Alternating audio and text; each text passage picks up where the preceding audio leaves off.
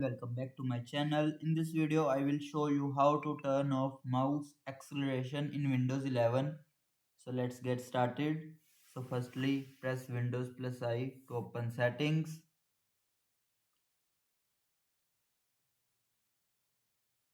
Then click on Bluetooth and devices. Scroll down. Tap on mouse settings. Scroll down.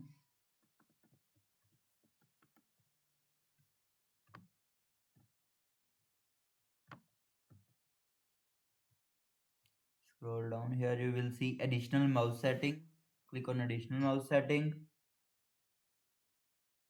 This will open the classic mouse properties window.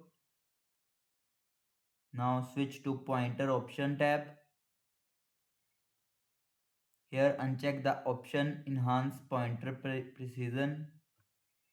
This setting is responsible for mouse acceleration.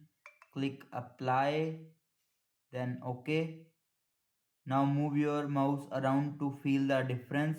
Your cursor movement should be smoother and more consistent. And that's how you turn off mouse acceleration in Windows 11. If this video helped you, don't forget to like, subscribe and share, and thanks for watching.